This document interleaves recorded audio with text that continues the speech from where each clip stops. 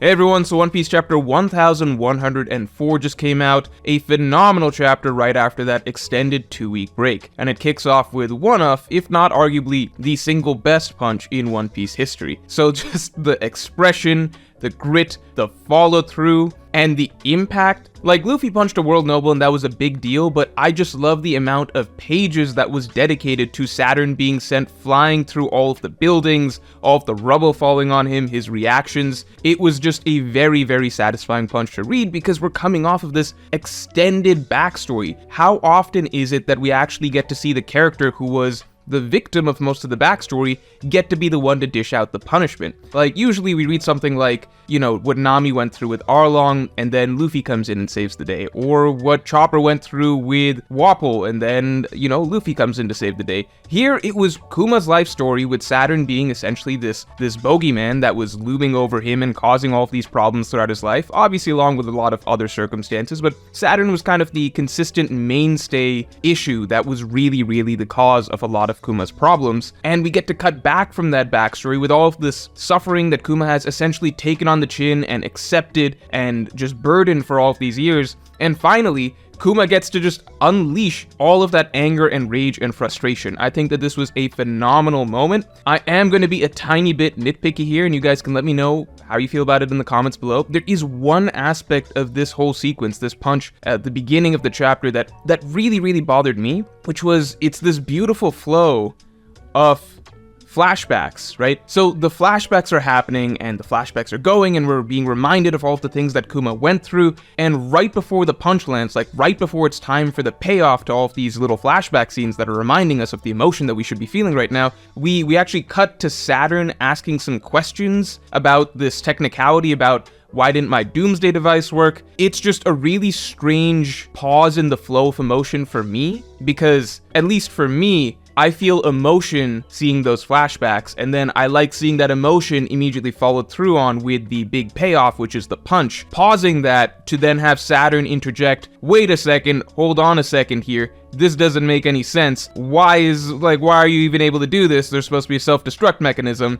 It's just a weird break in the emotional pacing for me, for Saturn to just interject that for several panels there. And then we get this huge, perfect spread of Kuma just letting out the rawest punch in all of One Piece. Again, the expressions and just the feel, the impact of that page cannot be praised enough.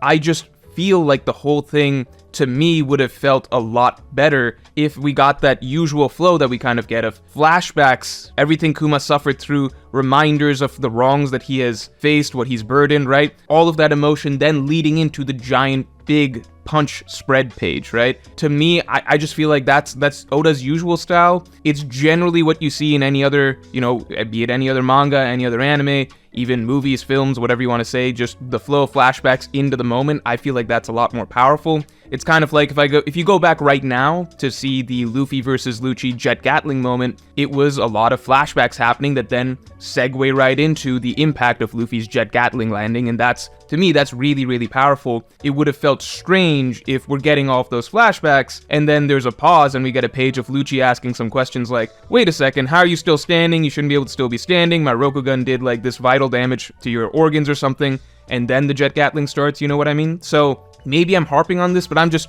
genuinely really, really confused about why the paneling or the sequence of events that Oda chose was directed in this way. I don't know. I really don't get it, and maybe I'm just being nitpicky here, but I don't know. For me, it's like almost perfection, but then there's this thing in here that's just a random resequencing of events that seems odd to me, that detracts from its perfection. I don't know, maybe I'm making a bigger deal out of it than it needs to be, but I just reread the sequence over and over. I'm like, what? Man. So I think anytime I reread this chapter, I'll just like mentally make a note to skip from the flashbacks to the punch and then go back to read the interjection by Saturn. I don't really know. Anyway, let's move on from that. That whole section was great. Kuma and Bonnie's reunion was something that I think I didn't know I really, really needed like this. I kind of was already mentally resigned to the notion that, okay, Bonnie might never be able to really communicate with her father again, but getting to see her actually be able to explain to her father everything that she's realized, everything that she understands about him. Even the fact, like my favorite line was actually just her saying that she is so happy that he did actually write to her all of those years, because that did really bother me during the flashback, that Bonnie, who did believe that her father loved her, was still forced to live with this questioning notion that, wait, if he loves me, then why is he not writing letters to me? So I like that she is able to speak to him and be like, thank you for the letters. It closed like a loop for me, I suppose, that I needed to feel closed emotionally. So the whole reunion was perfect, and Bonnie said what we all believed at this point, which is there is no one kinder than Kuma. There's no one kinder than her father, and that really is the character that Kuma turned out to be. So what a perfect character. What a perfect father-daughter dynamic. You know, I think Oda took a good shot at writing a good father-daughter dynamic with Kiros and Rebecca. I think this is him really, really nailing that, and I know that that's something that's very important to him, because he's actually talked about in interviews how his view on writing familial parent-child relationships changed after he had his own daughter. So I feel like this one is likely very special to him. So that's an interesting little perspective to have when you're reading through Kuma's backstory with him and Bonnie, and kind of like just imagining Oda's own mentality when he's writing and kind of thinking about his own bond with his daughter. So I don't know, just something to think about there. And if you're enjoying this video so far, make sure to subscribe for more videos like this every week. And make sure to get your One Piece inspired clothing today in the Morge store. We have hoodies, sweatshirts, and t-shirts. And get your one-of-a-kind puzzle of all major One Piece characters. Link in the description below.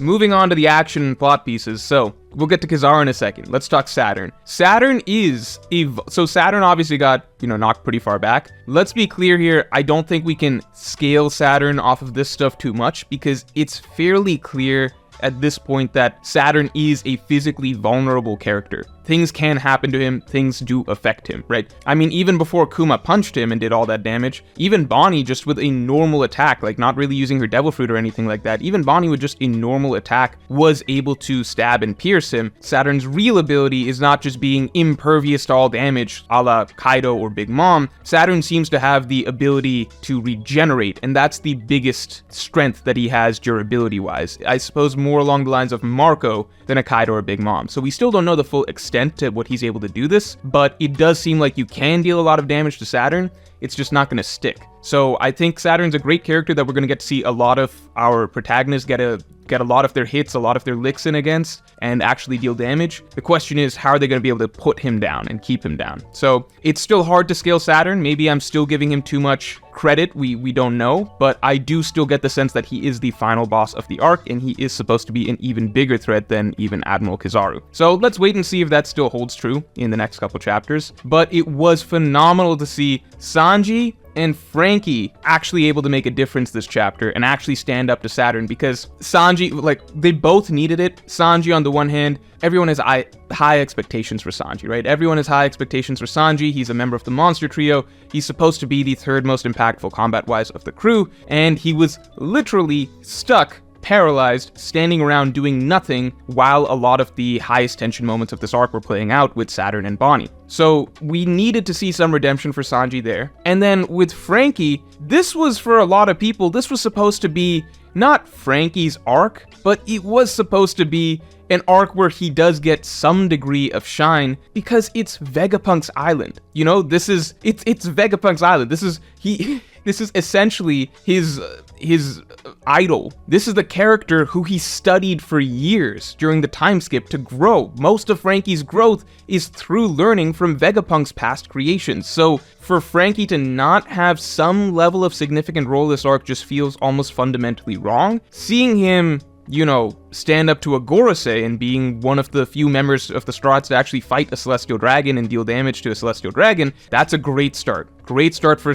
Frankie, and it seems like we're going to get some stuff for Sanji as well. Sanji blocking Saturn was a huge deal. I feel like Kizaru might be next for them to fight. I don't think that Saturn is going to be the opponent that's going to stick for them. I think that they're going to be moving on to Kizaru. At least that's what it feels like towards the end of the chapter. But for all we know, this whole thing could turn into a bit of a battle royale. So let's wait and find out about that. There was one thing that made me a little bit worried this chapter, which is that there seemed to be some sort of implication that it's possible that they're going to be able to restore Kuma's mind and consciousness at the end of all this. Vegapunk seemed to imply it was a Buccaneer special ability. I don't even want to imagine the story going down that rabbit hole after the beauty of Kuma's story and what it's been so far, and this absolutely masterful next level tragedy that he has crafted around this character's journey. The thought of just throwing all that away to just restore Kuma back to normal, like none of this ever happened at the end of all this. Just know that it's something I suppose I'm worried about, but let's just assume that,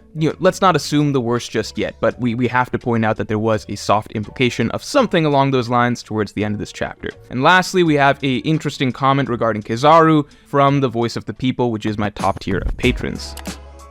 So Justin Carrier asked, very curious how last chapter there was almost a consensus that Kizaru gave Luffy the food, and this week he turned on the Straw Hats. Is he trying to save face in front of the world government? So I personally prefer this. I prefer keeping Kizaru's allegiances and what he's truly pushing for a little bit ambiguous, because that feels more realistic. I don't think we've earned the right just yet for Kizaru to have just a complete about turn and suddenly be like, you know what, I love my friends too much, I'm not siding with the world government anymore, even though that's been my entire character for the entire story so far. I'm gonna disobey, and I'll fight back, and I'll be a good guy. I think we need more to happen for his character to turn around and do something like that. However, that's what's so great about the Kizaru potentially having given Luffy food scene. Because, to me, reading that chapter, that still seemed to have been the implication that Kizaru was the only one fast enough and the only one capable of moving at that moment to have been able to go get Luffy some food on the sly. I feel as though there's a difference between what Kizaru secretly wants and what he might be subtly trying to orchestrate to happen versus what he has to